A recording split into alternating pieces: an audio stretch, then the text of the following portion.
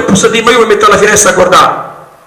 No, a breve si deve scegliere e questo è un momento molto delicato, è pieno di responsabilità. In genere con il cuore e con la ragione la gente ha già scelto, però non basta, bisogna dare dei punti fermi alla gente e i punti fermi non li può dare una persona o un gruppo, perché questa è una cosa di tutti e quindi tutti ci dobbiamo prendere le responsabilità, perché io vedo spesso qualcuno che magari per non so per quale motivo denigra qualsiasi iniziativa degli altri. Bene, ma qual è la tua proposta?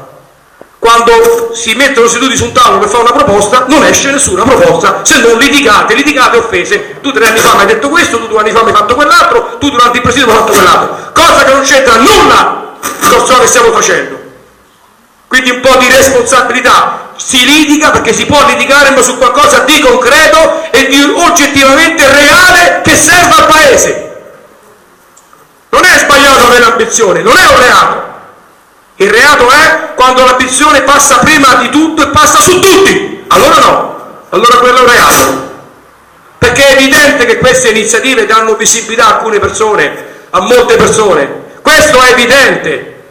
Però queste persone devono sapere che stanno agendo perché i cittadini, il popolo italiano si fida di loro, non perché sono eletti da Gesù Cristo o da qualcuno e possono dire e fare quello che vogliono e possono prendere iniziative e decisioni in maniera unilaterale. No, questo non si può fare, non si deve fare.